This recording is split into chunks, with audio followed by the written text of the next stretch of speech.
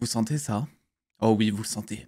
C'est le goût doux des news d'ici. Et bordel, ça fait du bien. Bonjour à toutes et à tous, on m'appelle Steven, vous l'aurez compris, nous allons revenir sur les dernières news d'ici, puisque oui, ce week-end, il y a eu donc le CCXP, on n'a pas eu assez de choses, donc j'ai attendu, et là, dernièrement, eh bien, on a eu des petites news, notamment un petit bid concernant Black Adam, on va en parler, le film Flash qui, cette fois, se fait décaler, mais dans l'autre sens, c'est-à-dire que le mec est vraiment dans la timeline, quoi, jusqu'au bout, et des petites news par-ci, par-là, sur Blue Beetle, The Flash de la Reverse, mais aussi Margot Robbie qui veut un truc avec Poison Ivy, ça serait plutôt cool. Bref, installez-vous confortablement, discutons de tout ça en commentaire, c'est parti.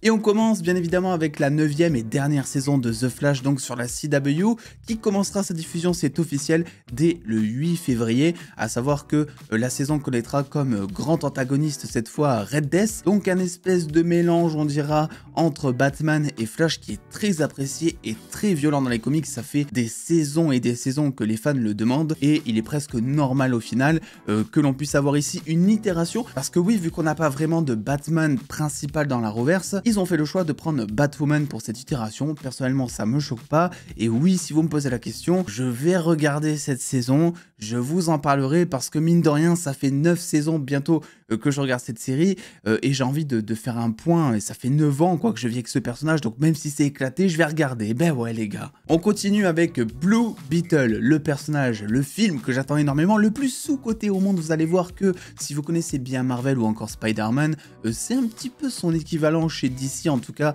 pour sa partie humaine, on va dire, pas tellement pour sa partie super-héros, puisque il est quand même, on va dire, fusionné avec un scarabée extraterrestre, qui n'a rien à voir avec une araignée, bien qu'il s'agisse d'un autre insecte. Et bien ici, nous avons eu droit au CCXP à un nouveau poster qui claque, vraiment il claque de la chocolatine. Il est vraiment trop beau je trouve, et avec la confirmation de la part de Warner Bros Discovery que Bruna Marquezine jouera donc Jenny Cord, qui pourrait être la fille donc de Ted Cord, le précédent Blue Beetle juste avant Jamie Reyes. Et d'ailleurs pour la petite rumeur, bien que très fiable, Daniel Richman a partagé donc sur son Patreon que Ted Cord ne serait pas présent dans le film, mais ne serait pas pour autant mort, et qu'on ne saurait pas dans ce film ce qui lui est arrivé, probablement donc à découvrir dans la suite des événements. Et il a également dit que le scarabée parlerait directement à Jamie Reyes, donc j'espère qu'ils vont pas lui faire juste une voix à la Venom si on l'entend parler, parce que bon il peut lui parler sans qu'on l'entende nous, mais s'ils le font parler, est-ce qu'ils vont lui mettre une voix à la Venom? Est-ce que ça va nous rappeler des mauvais souvenirs? Un souvenir que là par contre on aimerait voir réel, c'est le duo Harley Quinn Poison Ivy, vous le savez, qui est très apprécié notamment pour sa série d'animation. Et bien Margot Robbie est revenue là-dessus et a déclaré en interview qu'elle aimerait énormément avoir cette relation à l'écran et que d'ailleurs elle se battait pour ça depuis des années. On verra donc si James Gunn arrive à l'écouter, ça serait plutôt intéressant, lui qui est beaucoup à l'écoute des fans, vous le savez, en tout cas il se montre très disponible sur les réseaux sociaux pour poser des questions, pour récupérer des avis à droite, à gauche. On verra donc s'il prend en considération ce duo iconique que les fans adorent mine de rien. Il faut dire qu'aussi Harley Quinn, aux dernières nouvelles, elle a pas tellement de continuité dans ce nouveau DC Universe. On sait pas vraiment ce qu'elle devient donc après Birds of Prey ou même encore après The Suicide Squad. Donc à voir, à voir. On passe maintenant du côté de chez Netflix, mais toujours du côté de chez DC, puisque oui, on a une série que j'apprécie énormément, vous avez la critique qui est dispo sur la chaîne si jamais, c'est The Sandman. Et on a son créateur Neil Gaiman qui est revenu là-dessus lors du CCXP en disant que le personnage de Delirium serait présent dans la saison 2 de The Sandman, déjà officiellement confirmé. Delirium qui est un petit peu la personnification du délire et qui autrefois était un petit peu la personnification du plaisir et de la joie et qui a en quelque sorte évolué vers donc cette incarnation nouvelle du délire. Elle est capable de transformer n'importe quelle psychologie en n'importe quoi, donc c'est-à-dire elle peut te donner plus de santé mentale ou elle peut aussi te donner un gros manque de nicotine ou du délire quoi, voilà. Imaginez un gros manque de chocolatine.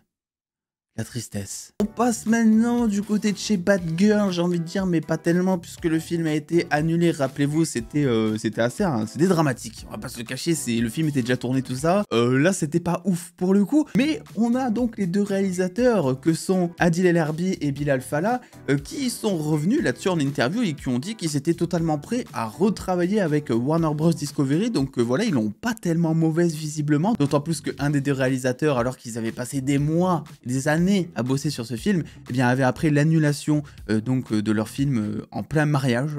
Donc voilà, pourquoi pas. Ils ont cependant posé une condition qui n'est pas si étonnante que ça, la condition que le film sorte. Voilà, tout simplement. Donc ils sont plutôt optimistes. Peut-être qu'ils pensent aussi à leur carrière et qu'ils se disent « Ah, bosser pour Warner, faire un film d'ici... » Ça peut être un beau tremplin, c'est possible aussi. On passe maintenant aux deux plus grosses news de cette vidéo, les deux plus mauvaises entre guillemets. Enfin la première non, c'est notamment le film The Flash qui a été reporté je ne sais pas combien de fois, mais vraiment c'est un calvaire ce film.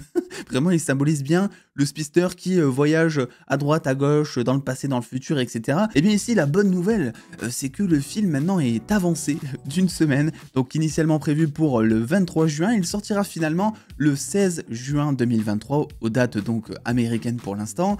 Pourquoi ce report? Très probablement, mais si là c'est pas officiel, que c'est pour éviter de sortir une semaine avant Indiana Jones 5, puisque à partir du moment où Indiana Jones 5 va sortir, ça va être le gros carton, il va piquer l'affiche à absolument tout le monde, donc là au moins le film aura 2 semaines pour prospérer. C'est pas grand chose, on voit qu'ils se rattrapent comme ils peuvent, et probablement que ça va énormément jouer sur le marketing, le fait que finalement le film ait droit seulement à 2 semaines d'affiche en tant que blockbuster principal, mais c'est tout ce qu'ils ont pu trouver. En parlant de The Flash d'ailleurs, on a de nouveaux aperçus officiels qui ont été dévoilés lors du CCXP, dévoilant notamment le costume du Flash alternatif, qui se confirme toujours comme étant le costume de base de Batman Michael Keaton. Pour être sur The Flash, on remarque très clairement donc la forme de l'armure au niveau des pectoraux notamment, mais aussi les gants directement de Batman qui sont mis de suite dessus le costume, et les oreilles sont assez bizarres, très probablement parce qu'il s'agit donc du masque de Batman qui a été un petit peu coupé à ses extrémités. On verra donc ce que ça va donner, j'ai très hâte, d'autant plus que les deux itérations que l'on voit ici ne seraient pas les deux seules, et que potentiellement une des deux ici présentes serait en fait l'antagoniste du film, donc twist à venir, accrochez-vous, j'ai très hâte, on va bien entendu en parler dès qu'on aura des bandes annonces et tout. Ouh là là, ça va partir en analyse les gars, vous n'êtes pas prêts. Et enfin, la mauvaise nouvelle, moi je trouve ça très décevant, je vais pas vous le cacher, parce que vous le savez, j'ai énormément apprécié Black Adam, et je pense qu'il n'a pas été jugé à sa juste valeur. Donc je vais pas revenir là-dessus, parce qu'après tout, il y a des gens visiblement qui attendent toujours qu'un Fast and Furious soit en fait d'un scénario de film d'auteur. Mais le film bide.